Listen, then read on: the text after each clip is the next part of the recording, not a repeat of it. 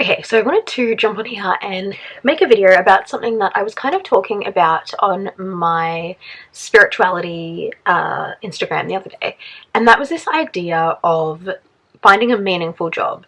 I think as somebody who has worked in the social change space for basically a decade now, I see that there is like so much pressure for young people to feel like they need to find a meaningful job, especially if they're really passionate about social change. And this is something that I actually wrote about in my book, The Changemaker In You.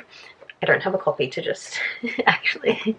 Yeah, I actually wrote about this in my book in the first part, where I talk about social change 101 and what it means to be a change maker. And basically in the book I referred to a distinction that was first put forward by Elizabeth Gilbert, the author of Eat, Pray, Love.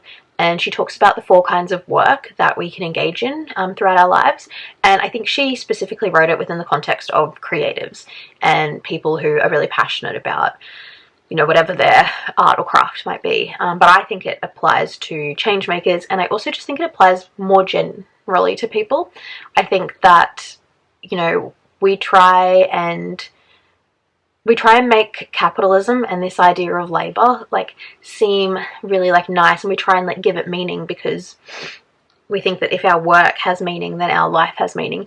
But I think it's an absolute myth that you need to find a meaningful job.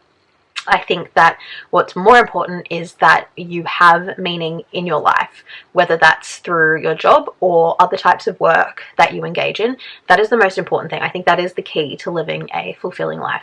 So the distinction between the 4 types of work that Elizabeth Gilbert makes.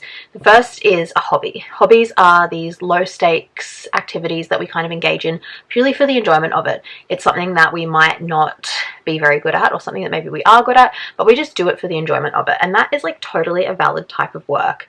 And if something that gives your life meaning is expressed and manifested as a hobby, that is totally fine and that is totally valid. There's literally no need for you to go and add that extra pressure of monetizing your hobby if it's something that you enjoy. The next type of work we do is obviously a job. Jobs are these things that are very transactional in nature. It's where you basically exchange your time and your labor, maybe your skills, in order for financial remuneration. So you are given money in return. And sometimes people really love their jobs. Sometimes people don't love their job. I don't think you should work a job that you absolutely hate, but I also don't think that you should feel like your job needs to be really meaningful, as long as, like I said, you are finding meaning in other areas of your life. If you're working a job and that job simply allows you to live a really good lifestyle, it provides you with the freedom and security to live the kind of lifestyle that you want, that is totally fine. I have been working in the adult entertainment industry since I was 18, so it's been like 7 years now, and you know, I definitely don't hate it, but I don't find it particularly meaningful. And that's totally okay, because I find meaning in my life in other ways. I mean, a career that I'm pursuing. I, you know, have all of these passion projects and things that I do, and it's totally valid for you to find meaning in something other than a job. I think we really need to get out of this like mindset of internalized capitalism that like our job is the be all and end all of who we are, and it's really like the most important thing in our lives, because it's not. A job is just a job. It's just something that you do. It's a part of all of the other aspects of your life. Obviously, the third type of work that Elizabeth Gilbert distinguishes and that I've spoke about in my book is this idea of a career. A career usually encompasses like a series of jobs that you might work. It might include paid and unpaid work. It probably includes some kind of like specialized training or qualifications, like studying. And it also is probably more likely going to be something that you are a bit more passionate about. So that's what a career is.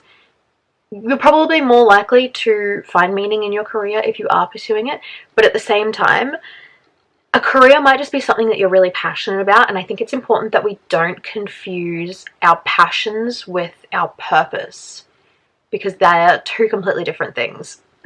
And, you know, things that we're passionate about are the things that we really enjoy doing, the things that light us up inside, the things that we could totally like lose track of doing for like hours at a time because we really enjoy them. But our purpose, by contrast, is kind of like the thing we were put on this earth to do. It's like the thing that gives our life meaning.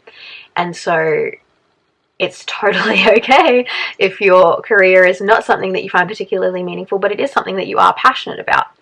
Obviously, the final type of work that we engage in is what Elizabeth Gilbert distinguishes as our vocation. Your vocation is something, I think it comes from the Latin word vocare, which means to call, or your calling.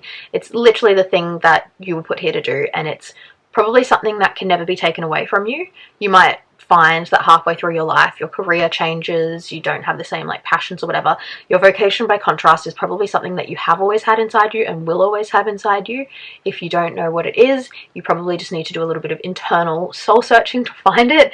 Unlike your passions, which can probably be found from engaging in certain activities and external things, your vocation is something that is internal, and you'll only find it from doing a lot of internal work. So they're the 4 types of work that we do. And, you know, you might engage in all 4 types of work in different aspects of your life. You might only have, you know, a couple of hobbies and a career. You might have, you know, any combination of those 4 or one of those things. It's totally valid. I think we need to get out of this mindset that our job or the paid work that we do alone should be meaningful. What's more important is that we're finding meaning in our life in a more holistic way. So we've got, you know, a job or work that aligns with our values. It gives us the freedom that we need, the stability that we need, the security that we need, you know, the wealth that we need, whatever our values are, the time to spend with our family, the ability to travel, like whatever your values are, is what a job should really give you. You should also be living out your passions, whether that is through the work that you do or through like non-paid things like hobbies and whatever. And it's also really important that you are living out the meaning or the purpose in your life. These 3 things are what is key to a good life. It's what I call conscious living, and to live consciously really means to live in alignment with your truth. And I think your truth is a combination of your passions, your purpose, and your values. So I think we need to kind of move past this idea that our job or the work that we do should be meaningful, and we should be living a more holistically meaningful life that aligns with these 3 things. Anyway, that was a really long ramble. I just wanted to quickly sit down and kind of make this video and talk about it because I was thinking about it and I have to head to the office, but I was like, you know what, I just feel the need to like sit down and express this, so I'm going to do that. If you guys want to see more content about conscious living, travel, or social change, definitely hit that subscribe button. Otherwise, I'll see you in my next video.